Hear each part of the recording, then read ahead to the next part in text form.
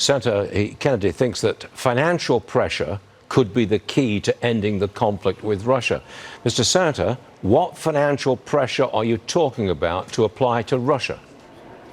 Seize the $300 billion of Russian assets that the West is holding and give it to Ukraine.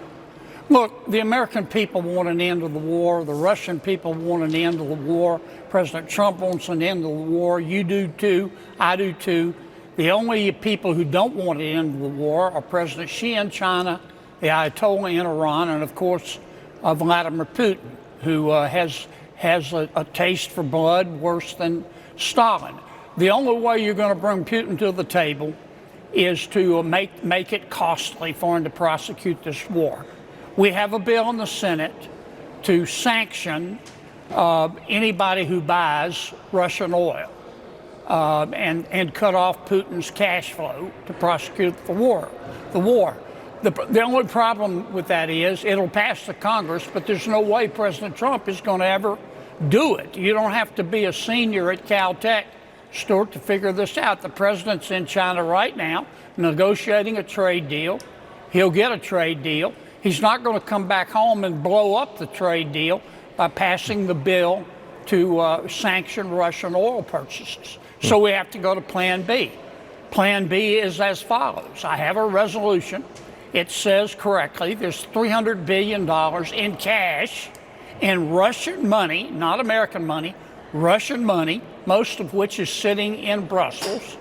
The Congress needs to pass a resolution requesting, but also telling Europe to turn that money over to Ukraine, give them $10 billion a month, let them go buy whatever missiles they want, and take out every oil refinery in Russia and every weapons production plant in Russia, and you'll see Putin come to the table. I don't know any other way at this point. Well, it certainly would be dramatic.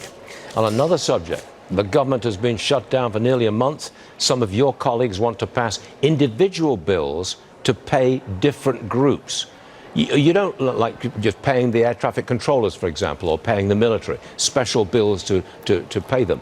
You don't like that idea, do you? Look, if the bill comes in front of us, I'm going to vote for it. I just think it's a waste of time talking about it because the Democrats aren't going to vote for it.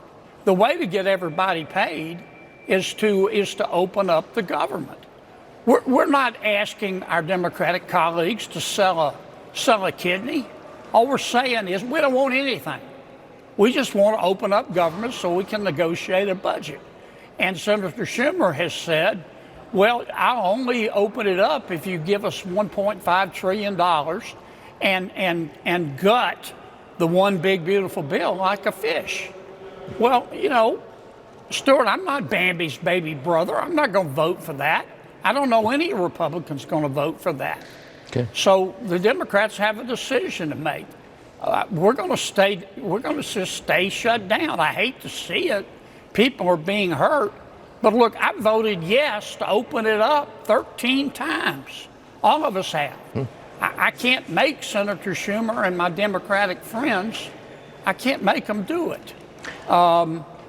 They're looking foolish. I mean, I'm sure Jesus loves them, but to the American people, they're looking like idiots, in my opinion.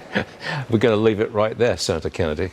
You have a great turn of phrase every time. It's always a pleasure to have you on the show. Senator Kennedy. You're a champ, man. You're a rock star, Stuart. Careful, Senator. Let's not exaggerate. Thanks very much for joining us, Senator. We'll see you again real soon. Thank you.